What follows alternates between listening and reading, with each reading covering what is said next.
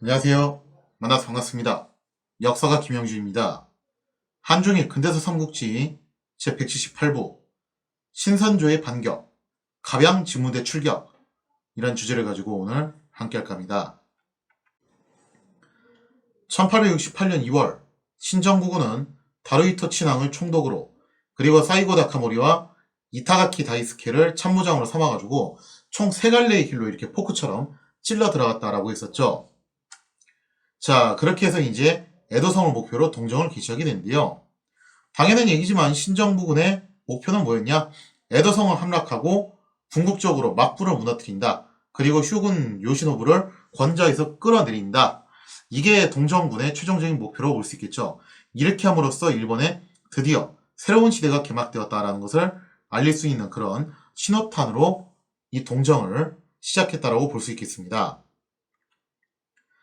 신정부의 동정이 시작됐다는 소식을 듣자마자 막부 중신들은 연일 회의를 거듭하면서 대책 마련에 고심을 하게 되죠. 사실 대책 마련이라고 하지만 결국 나오는 이야기는 둘 중 하나입니다. 협상을 하든지, 물론 좋게 말하면 협상이지만 사실상 항복이에요. 아니면은 결사항전을 하든지 둘 중 하나라고 볼 수가 있겠죠. 본래부터 온건한 노선을 주장했던 가스카 이슈. 사실 가스카 이슈는 대정봉환 때도 긍정적인 입장을 표명을 했던 인물이잖아요. 그래서 이 가스가 이슈는 이미 신정부 측이 천황을 손아귀에 넣은 이상 지금 시대적 정신이 존왕양인데 이미 그 천황을 신정부 측이 확보를 한 상태다. 여기서 우리 막부가 이걸 어떻게 전세를 뒤엎을 수 있겠냐. 명분 싸움에서 너무 심각하게 밀린다. 그리고 실질적인 전력도 도바후시미 전투 그리고 그 전에 있었던 2차 조슈 원정 놓고 봤을 때 현재 막부군 실력으로 과연 저 신정부군을 이길 수 있는 것이 맞느냐라는 거죠. 그래서 이거는 붙어봤자 결과는 너무 뻔하다는 거예요. 자, 그래서 가스가 이슈는 뭐라고 얘기하냐면은 어차피 이렇게 된 거 좋게 말하면 협상이고 적나라하게 말하면 항복인데 사실상 협상을 통해서 최대한 쇼군의 옥체를 보존하는 것 그리고 애지간하면은 희생자가 나오지 않고 무혈로 이 상황을 마무리하는 것 이것이 현재 최선의 방책이다라고 주장을 하게 됐다는 거죠. 하지만 본래부터 강경론을 이끌어왔던 오구리 타다마사 사실 오구리 타다마사는 예전에 이제 기억하시는 분들이 계시겠지만 견미사로 갔다 왔던 인물이었고 원래 수권파의 거두였던 이나오스케 그 이나오스케의 계열의 인물이에요. 그러다 보니까 오구리 타다마사도 당연히 강경론을 주장할 수밖에 없죠. 오구리는 당연히 여기에 대해서 동의하지 않습니다. 그러면서 오구리는 뭐라고 얘기했냐면은 결국 지금 저 신정부라는 애들이 원하는 건 뭐냐면은 막부를 패하고 쇼군의 목을 따는 것이다. 지금 여기서 협상을 하겠다는 것은 아예 그냥 우리의 권력뿐만 아니라 우리가 모시고 있는 주군의 목숨까지도 저들한테 넘겨주겠다는 그런 불충한 발언 아니냐. 기왕 이렇게 된 거 구차하게 협상을 하느니 차라리 무사답게 일전을 치르는 것이 옳다라고 주장을 했다라는 거죠. 오구리는 이런 얘기도 해요. 아직 에노모토 함대가 건재하다. 그래서 제해권 자체는 현재 막부 측이 거머쥐고 있다. 그래서 이 에노모토 함대를 출격시켜가지고 서남 열번들 특히 이제 유신 3번 지역이 있잖아요. 그죠? 사스마, 조슈, 토사 여기를 갖다가 초토화를 시켜버리고 나머지 병력들이 에도성을 베개 삼아가지고 결사항전을 한다면은 승산이 없다고 할 수 없지 않겠느냐. 분명히 이렇게 하면은 뭔가 활로가 열릴 수 있다. 무사답게 화끈하게 한번 붙어보자. 이렇게 이제 나왔던 거죠. 물론 쇼군 도쿠가 요시노부는 이미 전의를 상실한 상태예요. 왜냐면 요시노부는 여러 차례 설명드렸지만 미토학 전공자였고 그래서 전황 양의에 대한 그런 사상적 이론 이런 것들이 굉장히 확고한 인물이었거든요. 그래서 그거를 기반으로 해가지고 고메이 천황의 신임을 얻는 데 성공을 했던 거고 그래서 정치적으로 항상 우위에 있을 수 있었던 게 결국 이런 부분이었죠. 그런 요시노부이기 때문에 지금 현재 신정부 측이 천황을 확보하고 금어기를 앞세워서 진군해오고 있다라는 것이 무엇을 의미하는지를 너무 명확하게 잘 알고 있었습니다. 자, 그래서 요시노부는 이거 붙어봤자 거의 게임이 안 될 게 뻔하기 때문에 사실상 협상론으로 마음을 굳히고 있는 그런 상태였죠. 그러나 오구리 타다마사를 비롯한 항전파들의 목소리도 만만치 않았기 때문에 이걸 또 마냥 무시할 수만은 없다라는 거죠. 만약 이거를 계속 귀 닫고서 무시했다가는 이들이 또 무슨 사고를 칠지 모를 일이잖아요. 자, 그래서 쇼군 요시노부는 어떤 결정을 내리냐면은 일단 항전파의 주장대로 그럼 한번 붙어나 보자. 그래서 요격 부대를 출격시켜서 신정부군하고 한 차례 일전을 치러오고 난 다음에 해볼만 하면은 항전파의 주장대로 한번 가보는 거고, 아니다 싶으면 바로 선절을 하고서 협상으로 넘어가고, 그렇게 하자라는 쪽으로 결정을 하게 되죠. 3월 24일 막부군은 신선조를 주축으로 약 300명의 요격 부대를 결성을 하게 됩니다. 그리고 이들을 뭐라고 불렀냐면은 갑양진무대라고 부르게 되었죠. 그리고 이 갑양진무대는 사실상 뭘로 구성되어 있었냐면은 일단 신선조 국장 권덕 232가 지휘를 했고요. 그리고 사실상 여기에 주축을 이루는 것도 역시 신선조였다고 볼 수 있겠죠. 그리고 이 갑양진무대는 신정부군의 삼로 중에 가운데에 해당하는 도산도의 중간 지점인 고성을 거점으로 삼아서 신정부군을 요격하기로 결정을 내리게 됩니다. 물론 뭐 이제 나머지 루트에도 여타 이제 막부군을 보내긴 하는데, 이 중에서 그나마 그래도 가장 이제 막부 측 입장에서는 믿었던 곳이 여기였던 것 같아요. 제가 볼 때는. 그리고 막부는 출정하는 갑양 진무대의 사기를 높여주기 위해서 무려 500량에 해당하는 막대한 군자금을 지원을 해줬다는 거죠. 아무래도 신정부군이 천황을 수중에 넣고 금어기를 앞세워서 오는 만큼 에도막부도 이거를 요격하는 것을 좀 이제 약간 부담을 느꼈던 것 같아요. 대놓고 요격부대를 보낸다. 이걸 좀 부담을 느꼈던 것 같은데, 그래서 나온 꼼수가 뭐냐면은 결국 갑양 진무대입니다. 이 진무라는 단어가 들어가면요, 뭔가 진압하다, 평정하다 이런 의미를 갖고 있거든요. 이거는 한중일 삼국이다 공통적으로 이제 쓰는 용어예요. 근데 진무라는 것은 그런 의미가 있고, 그래서 이때 막부가 어떤 식으로 명분을 내세우냐면은 대놓고 또 이제 천황 군대에 도전한다 이렇게 말할 수는 없는 거니까 이런 식으로 둘러대는 거죠. 막부가 무너지는 모습으로 보이니까 요 근래 들어서 각 지역에서 밀란들이 굉장히 빈번하게 발생을 하기 시작을 했다는 거죠. 그래서 그 밀란들을 진압할 목적으로 군을 출격시키는 것이다. 그래서 갑양 진무대, 이거는 어디까지나 밀란을 진압할 목적으로 출격시킨 치안 유지대다. 이런 식으로 이제 나름대로 포장을 해가지고 둘러대서 내보냅니다. 물론 갑양 진무대의 실제 정체는 가장 강경한 항전파 중 하나였던 신선조를 주축으로 한 막부층 요격부대였죠. 이렇게 갑양 진무대는 보무도 당당하게 출정길에 올랐지만 상황은 여러모로 막부 측에 불리하게 돌아가게 됩니다.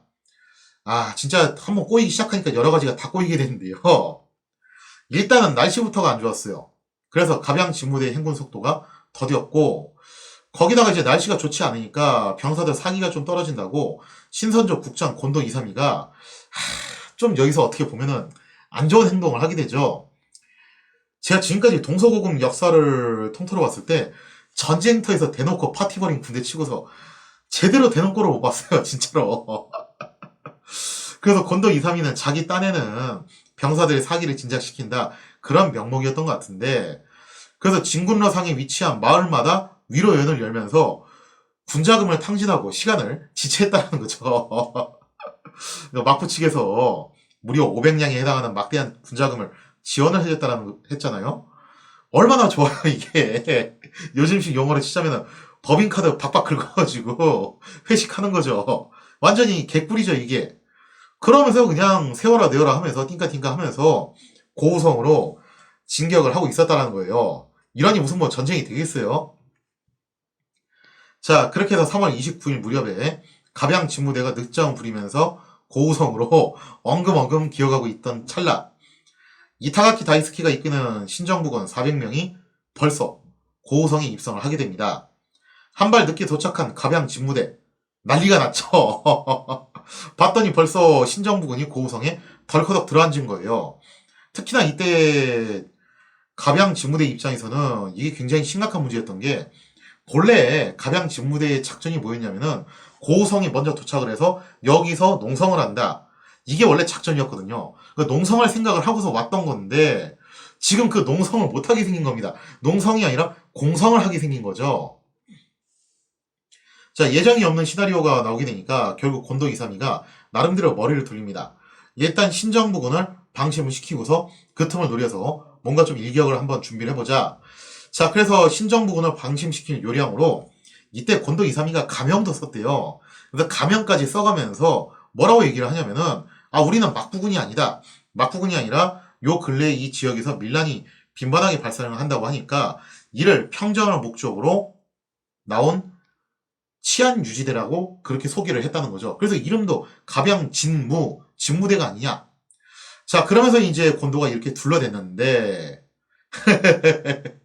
사실 신선조가 교토에서 원체 유명했잖아요. 좋게 말하면은 뭐 나름 이제 공안 조직이었고, 나쁘게 말하면 이게 또 정치 깡패 같은 애들인데, 신선조가 교토에서 원체 명성이 높다 보니까 신선조의 핵심 멤버들은 얼굴이 이미 다 팔렸어요. 특히 국장인 곤도 이사미 같은 경우는 알아본 사람들이 꽤 있었다는 거죠.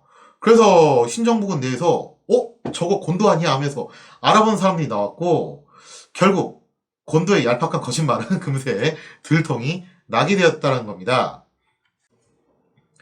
눈앞에 군대가 단순한 치안 유지대가 아니라 사실은 그 악명 높은 신선조였다라는 사실을 한 이타가키.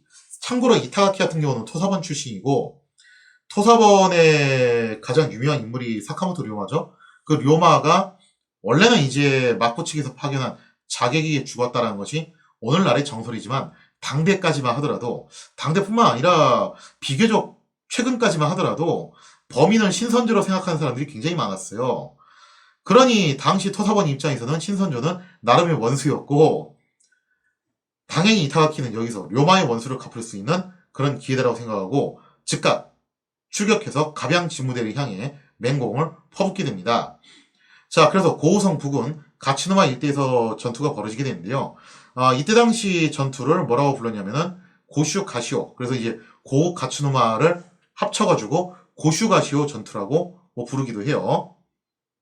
자, 그리고 이 전투는 솔직히 말해서 그냥 신정군의 일방적인 승리로 끝나게 됩니다. 왜냐면은 애초부터 갑양 진무대는 고우성이 들어가서 농성을 한다. 그게 본래 전략이었는데 이것이 지금 파탄이 난 거예요. 그래서 사기가 저하돼가지고 벌써 막 탈영병들이 줄을 잇기 시작을 했고 그러면서 수적으로도 열세였고 무기에서도 당연히 열세였고 신선조가 잘하는 거는 칼 뽑고 반자의 돌격 하는 건데 지금 쪽수도 딸린 데다가 현재 신정부군은 막강한 화력을 갖고 있다는 거죠. 그래서 그런 발도 공격이 제대로 먹히질 않으면서 결국 신정부의 막강한 화력 앞에 신선조는 와르르 무너지게 되었다는 겁니다. 그 밖에 다른 방면으로 출격했던 막부군도 갑양 진무대하고 별반 차이 없는 운명을 맞이하게 되면서 신정부군은 4월 초 무렵이 되면은 순조롭게 순푸성까지 접수를 하게 되죠. 이 순푸가 도쿠가 이에야스하고 여러모로 참 인연이 많은 곳이긴 하죠. 아무튼 이 가츠노와 전투에서 참패한 신선조는 사실상 조직이 붕괴되기 직전이 되죠. 신선조 국장 곤도는 가까스로 목숨을 부지해서 에도로 돌아오긴 했어요. 하지만 이미 신선조는 거의 뭐 재기불능에 가까운 상태가 되었다는 겁니다. 이 와중에 이제 신선조 내에서는 꽤 큰 타격이 일어나게 되는데 일단 초창기 멤버들이 떠나기 시작을 하고요. 신선조에 실망을 해가지고 그리고 신선조의 1번 조장으로 명성을 날렸던 오키다 소우지마저 병으로 세상을 뜨게 되면서 신선조는 사실상 와해되고 말았다는 거죠. 그러니까 신선조 조장 중에서 제일 유명했던 게 1번 조장 오키다 소우지, 그 다음에 3번 조장 사이토 하지메 두 사람이 이제 가장 유명하다고 볼 수 있는데요. 그래서 이 두 사람은 일본의 애니메이션, 소설, 영화, 드라마 정말 빠지지 않고 등장을 하죠. 1번 조장이었던 오키다 소우지 같은 경우는 또 뭘로 유명했냐면은 굉장히 미남에다가 나이도 어리면서 아주 천재적인 검술 능력을 가졌다. 그래서 미소년, 천재, 검사 이런 이미지로 좀 있는데 오키다 소우지가 당시 신선조 핵심 멤버들 중에서 나이가 어린 건 맞습니다. 비교적 어린 건 맞는데 근데 미남이었다는 것은 원래 좀 근거가 희박하대요. 그게 사실은 시바류타로 소설 때문에 좀 이제 많이 그렇게 알려졌는데 명확하게는 그런 근거가 있다라고 말하기 힘들고 그래서 한때 오키다 소우지의 초상화라고 인터넷상에서 떠돌고 다녔던 게 지금 화면에 보이시는 저건데 제가 고등학교 때 바람의 검심이라는 일본 애니메이션을 보고 난 다음에 오키다 소우지라는 인물이 그런 이제 미소년 천재 검사였다라는 정보를 알게 됐거든요. 그래서 혹시 뭐 사진이나 초상화가 남아 있을까 사이토 하지메는 사진이 있어요. 곤도 이사미도 사진이 있고 좀 이따 보여드리겠지만, 그래서 혹시 오키다도 있을까 이거 찾아봤는데 오키다는 사진이 없고 초상화가 있더라고요. 그래서 이게 그 초상화라고 했는데 아무리 봐도 저건 좀 미담은 아닌 것 같은데 그 생각을 했거든요. 아니나 다를까 저게 오키다 소우지 본인의 초상화가 아니고 사실은 친척입니다. 누나의 손자인가요? 뭐 그런 정도 관계라고 하는데, 오키다의 누나의 말에 따르면은 이 초상화 인물이 오키다하고 그나마 좀 비슷하게 생겼다고 하더라고요. 하여튼 뭐 이제 이렇게 해서 오키다 소우지도 여기서 세상을 뜨게 되면서 이래저래 신선조의 핵심 멤버들이 세상을 뜨게 되죠.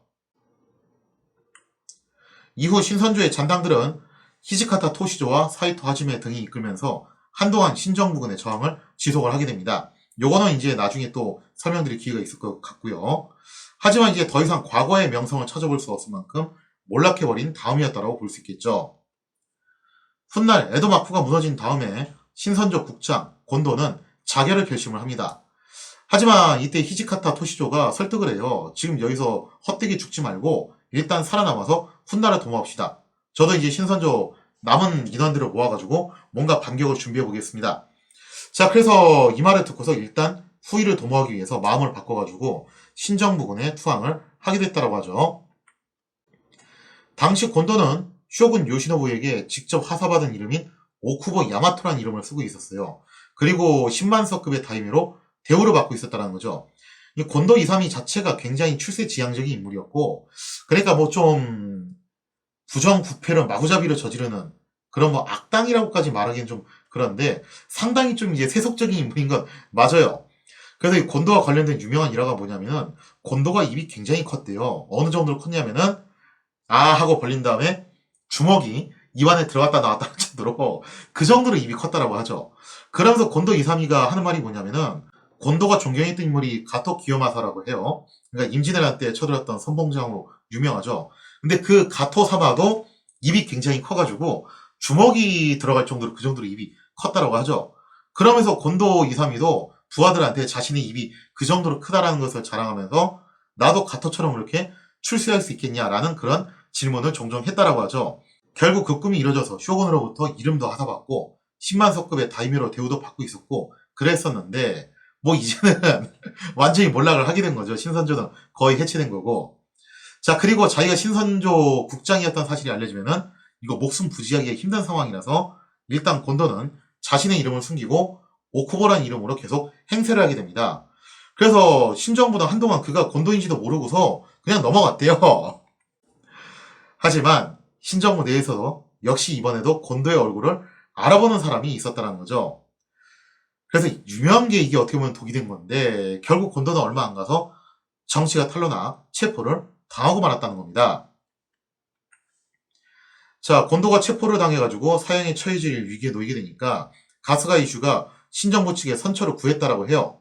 하지만 당시 신정부를 구성하던 핵심 번인 토사번은 좀 전에 설명드렸다시피 사카모토 료마를 죽인 게 신선조라고 아주 굳게 믿고 있었고, 그래서 료마의 원한을 갖기 위해서 원수 중의 원수인 신선조 국장 곤도를 반드시 처단을 해야 된다. 근데 이게 아니더라도 굉장히 많은 유신 지사들이 신선조한테 어마어마하게 당했잖아요. 그런 걸 생각해놓고 보면은 신선조 국장 곤도는 잡혔을 때 사실 곱게 죽기는 이미 틀린 상황이죠. 자, 이로 인해서 곤도는 그 어떤 이유도 받지 못한 채 사실상 죄인 취급을 받으면서 형장에 끌려가서 참수를 당했고 그 목은 효수가 되면서 이렇게 완벽하게 몰락을 하게 되었습니다. 자, 그러면서 한때나마 교토를 떠들썩하게 만들었던 신선조는 몰락의 길을 걷게 되고 이제 남은 잔당들만 힘겨운 사투를 이어가게 되었다고 볼 수 있겠죠. 자, 이로써 항전파들은 사실상 이제 소멸이 되었고 남은 것은 결국 뭐 이제 협상이에요. 어쨌든 결정은 쇼군 요시노부가 내려야 되는데 과연 요시노부는 결전을 할 것이냐 아니면 항복을 할 것이냐 어떤 결정을 내릴 것이냐 거기에 대한 이야기는 다음 시간에 이어서 계속하도록 하겠습니다.